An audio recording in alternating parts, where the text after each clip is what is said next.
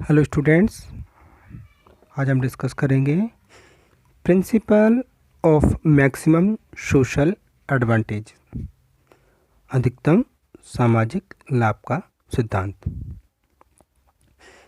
अगर हम इसके बैकग्राउंड में देखें तो प्रारंभ में सरकार का कार्यक्षेत्र अत्यंत सीमित था।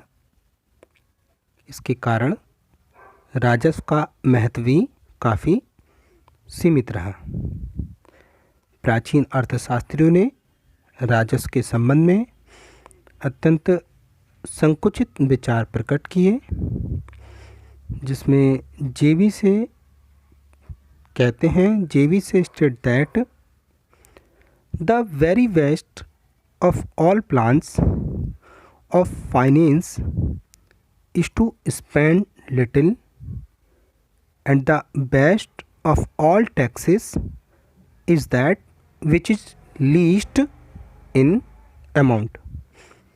तो जेवीसी का मानना था कि राजस्व की सबसे अच्छी योजना वह है जिसके अंतर्गत बहुत कम व्यय किया जाता है और सब करों में उत्तम कर वह है जो कि मात्रा में न्यूनतम हो।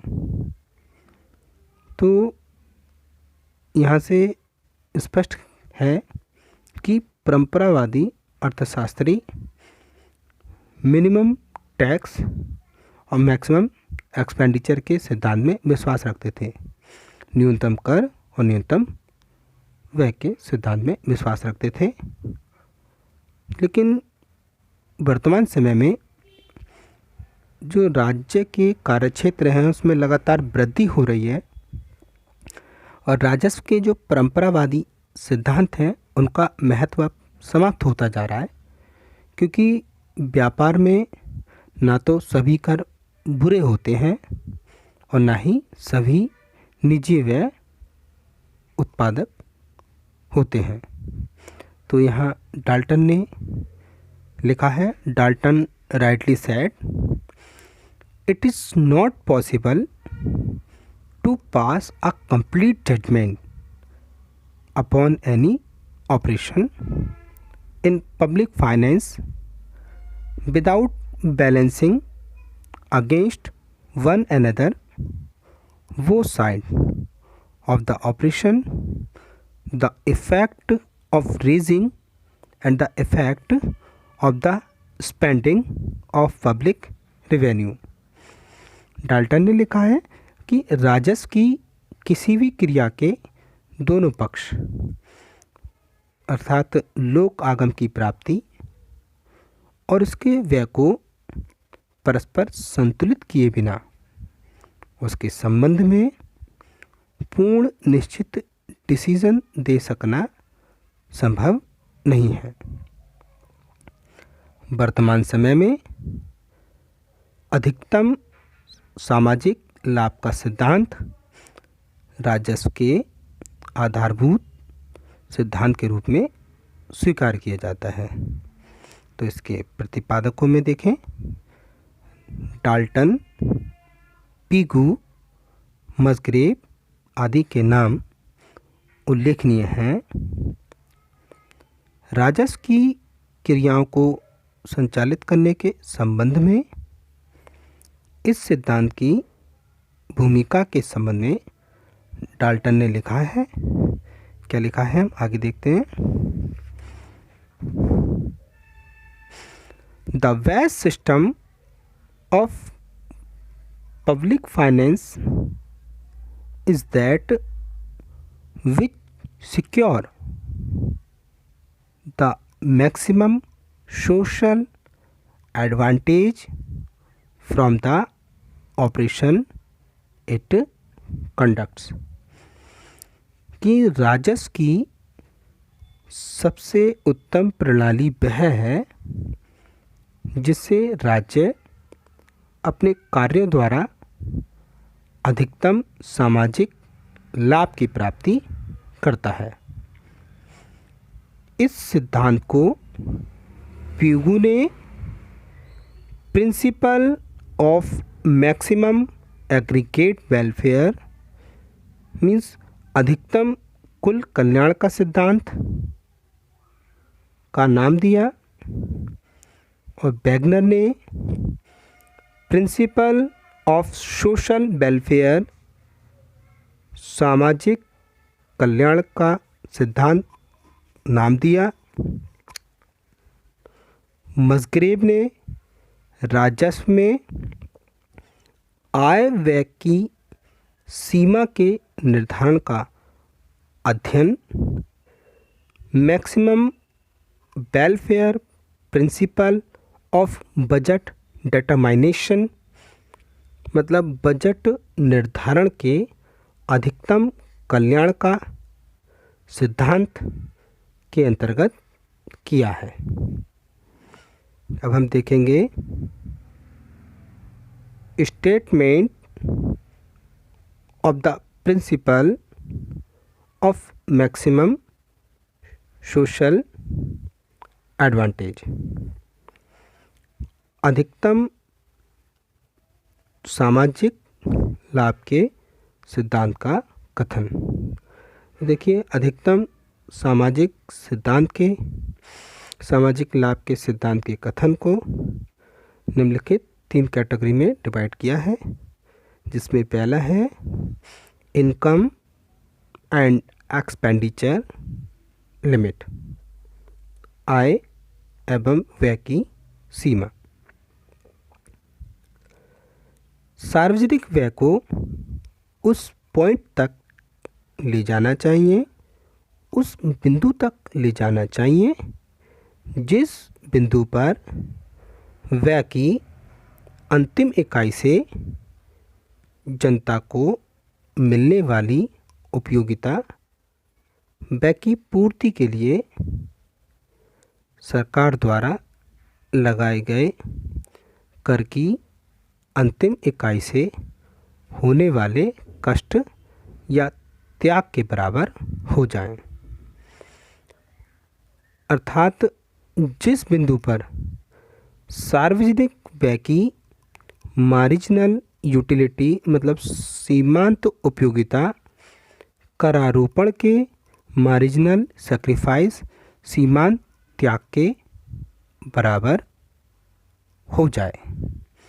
तो ये पहला पॉइंट था इनकम एंड एक्सपेंडिचर लिमिट, कि सार्वजनिक व्यय को हम उस बिंदु तक ले जाएं, उस पॉइंट तक ले जाएं जिस बिंदु पर सार्वजनिक व्यय की सीमांत उपयोगिता करारोपण के सीमांत त्याग के बराबर हो जाए।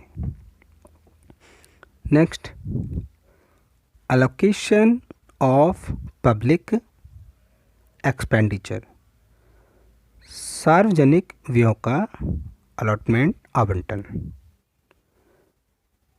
विभिन्न कार्यों या मदों के लिए सार्वजनिक व्यय का अलॉटमेंट इस प्रकार करना चाहिए, सार्वजनिक व्यय का आवंटन इस प्रकार करना चाहिए जिससे विभिन्न मदों पर व्यय की अंतिम इकाई से जनता को मिलने वाली उपयोगिता समान हो, अर्थात इक्वी मार्जिनल यूटिलिटी की स्थिति हो, सम सीमांत उपयोगिता की स्थिति हो।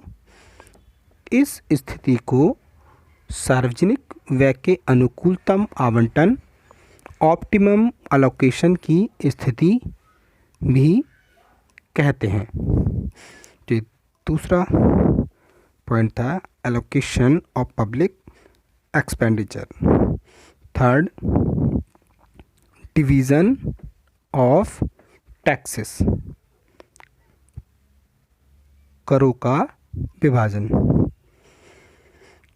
करों की कुल राशि को विभिन्न स्रोतों या व्यक्तियों में इस प्रकार विभाजित करना चाहिए जिससे विभिन्न व्यक्तियों का कर की अंतिम इकाई से होने वाला कष्ट समान हो, अर्थात इक्वी मार्जिनल सैक्रिफाइस की पोजीशन आ जाए। सम सीमांत त्याग की स्थिति आ जाए तो इसे करों के अनुकूलतम आवंटन की सिचुएशन भी कहते हैं। इसलिए आधुनिक युग की सरकारें एवं स्वायत्त संस्थाएं अधिकाधिक सामाजिक कल्याण की दृष्टि से निर्मित की गई हैं। इसलिए इनका उद्देश्य समाज को अधिक से अधिक सुख सुविधाएं पहुंचाना है। राजस्व क्रियाओं का अंतिम परिणाम एक वर्ग से दूसरे वर्ग को क्रय शक्ति का हस्तांतरण होता है। सरकार द्वारा जिस वर्ग पर कर लगाकर आय प्राप्ति की जाती है उस वर्ग द्वारा त्याग किया जाता है और जिस वर्ग पर इस आय को व्यय किया जाता है उस वर्ग को लाभ या संतोष प्राप्त होता है। तो ऐसी स्थिति में अधिकतम सामाजिक लाभ का सिद्धांत ये बताता है कि सरकार द्वारा राजस्व की ऐसी पॉलिसी फॉलो की जानी चाहिए जिसमें सार्वजनिक आय द्वारा उत्पन्न सीमांत त्याग सार्वजनिक व्यय द्वारा उत्पन्न सीमांत लाभ या संतोष के बराबर हो। तो अधिकतम सामाजिक लाभ का सिद्धांत समसीमांत उपयोगिता नियम एवं सीमांत उपयोगिता ह्रास नियम पर आधारित होता है। फॉर एग्ज़ाम्पल, जैसे कोई व्यक्ति द्रव्य को व्यय करता जाता है वैसे वैसे उसके पास क्या होगा, द्रव्य की मात्रा कम होती जाती है और परिणाम स्वरूप क्या होता है, द्रव्य की उपयोगिता बढ़ती जाती है। कर लगाने पर समाज पर कर का बोझ बढ़ता है और राज्य के व्यय के माध्यम से जनता को दी जाने वाली सुविधाओं की उपयोगिता कम होती जाती है और अंत में एक ऐसा पॉइंट आता है, ऐसा बिंदु आता है जिस पर सार्वजनिक व्यय से जनता को प्राप्त होने वाली उपयोगिता और कर देने से जनता को होने वाली अनुपयोगिता बराबर हो जाती है। सरकार को अपनी आय व्यय संबंधी क्रियाएं इसी बिंदु तक बढ़ानी चाहिए, इससे आगे नहीं। तो आज की वीडियो में बस इतना ही। Thank you very much students.